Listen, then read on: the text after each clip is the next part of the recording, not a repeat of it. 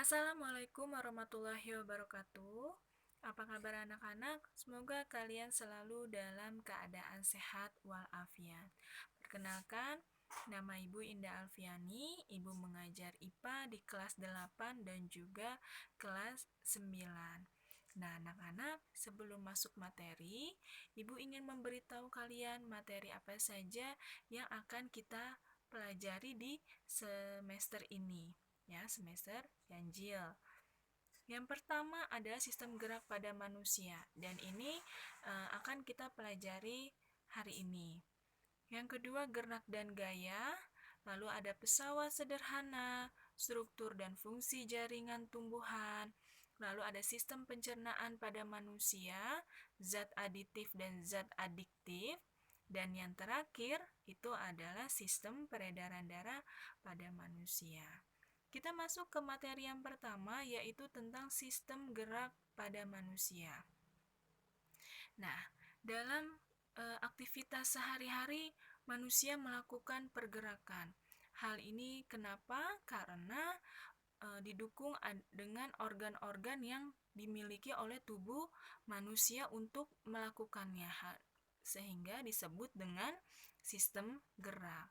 Dan sistem gerak adalah sistem organ pada manusia yang berperan dalam pergerakan tubuh. Lalu organ apa saja? Yang pertama ada rangka, lalu ada sendi, dan yang ketiga yaitu otot. Tiga ini nanti kita akan bahas, tapi untuk hari ini Ibu akan membahas tentang rangka dan juga sendi. Oke, kita masuk yang pertama yaitu rangka. Nah, ini adalah struktur rangka yang terdiri dari kepala, badan, tangan, dan juga kaki. Rangka itu sendiri adalah alat gerak pasif yang tersusun atas tulang yang saling berhubungan. Alat gerak pasif. Kenapa demikian? Karena rangka dapat bergerak atau bekerja dengan bantuan otot. Otot itu adalah alat gerak aktif.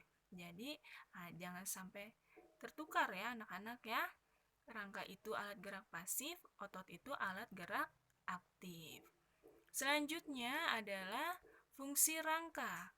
Yang pertama alat gerak pasif. Yang kedua memberi bentuk tubuh. Ketiga menopang atau menyokong berat tubuh sehingga kita dapat berdiri dengan tegak. Selanjutnya tempat melekatnya otot, melindungi organ vital, tempat pembentukan sel darah, dan yang terakhir tempat penyimpanan kalsium dan juga fosfor. Jadi Ibu mohon kalian hafal fungsi dari rangka ya. Selanjutnya, berdasarkan letak pada tubuh, rangka ini dibagi menjadi dua, ada aksial dan juga apendikular.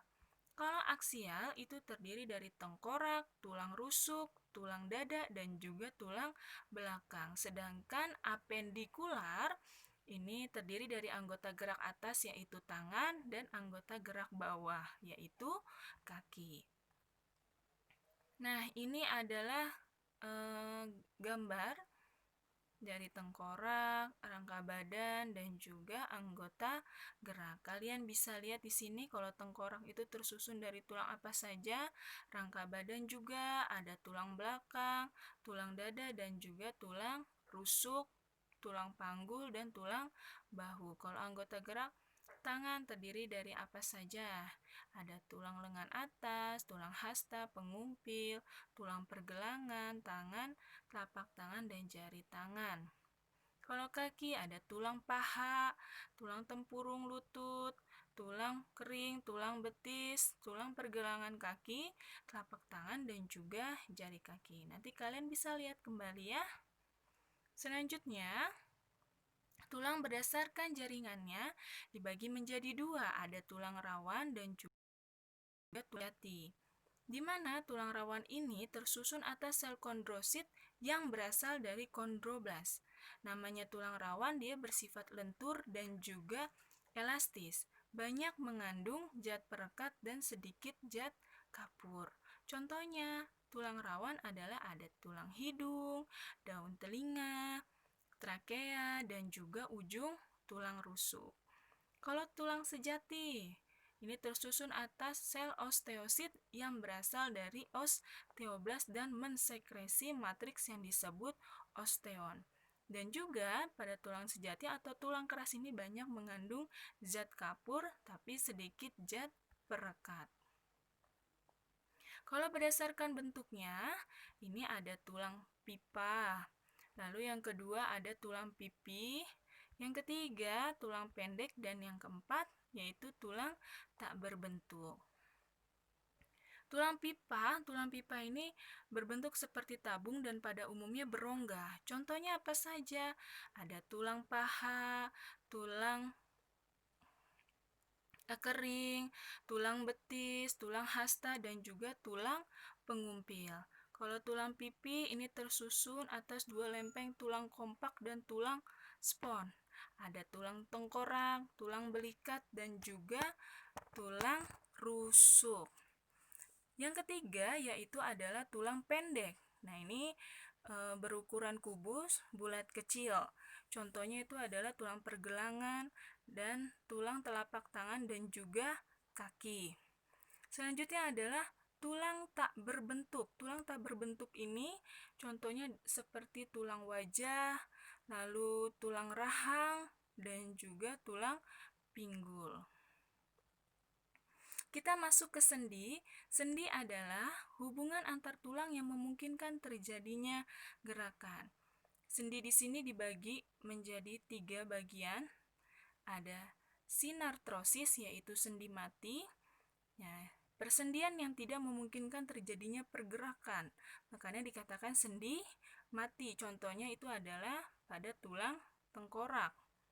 Yang kedua yaitu amfiartrosis adalah sendi kaku, di mana persendian yang memungkinkan terjadinya sedikit gerakan. Contohnya kayak ruas antar tulang rusuk dan juga tulang belakang. Dan yang ketiga ini adalah diartrosis atau sendi gerak. Nah, ini persendian yang memungkinkan terjadinya gerakan yang lebih leluasa. Sendi gerak atau diartrosis ini dibagi menjadi 5 sendi. Ada macam-macamnya. Yang pertama sendi peluru, lalu sendi putar, ada sendi engsel, sendi pelana, dan yang terakhir adalah sendi geser atau luncur. Sendi peluru, nah berarti ini geraknya ke seluruh arah. Contohnya ada gelang bahu dengan lengan atas dan gelang panggul dengan paha. Kalau sendi putar ada gerak rotasi, contohnya tengkorak dan atlas, hasta dan pengumpil. Kalau sendi engsel, ini 2 arah, contohnya siku, lutut, dan antar ruas jari. Sendi pelana, ini 2 arah, contohnya telapak tangan dengan ruas ibu jari. Kalau sendi geser, yaitu gerak rotasi pada bidang datar, contohnya antar tulang pergelangan tangan belikat dengan selangkah. Nah, ini ada gambarnya, sendinya, ya, dari sendi geser, engsel, sendi putar, dan sendi peluru serta pelana. Nah, anak-anak, untuk hari ini materinya sampai di sini. Ibu harap kalian mengerti dan memahami. Jangan lupa dicatat, karena ini sebagai bahan belajar kalian. Ingat anak-anak, tetap semangat, rajin belajar, jaga kesehatan. Sampai bertemu minggu depan. Terima kasih. Assalamualaikum warahmatullahi wabarakatuh.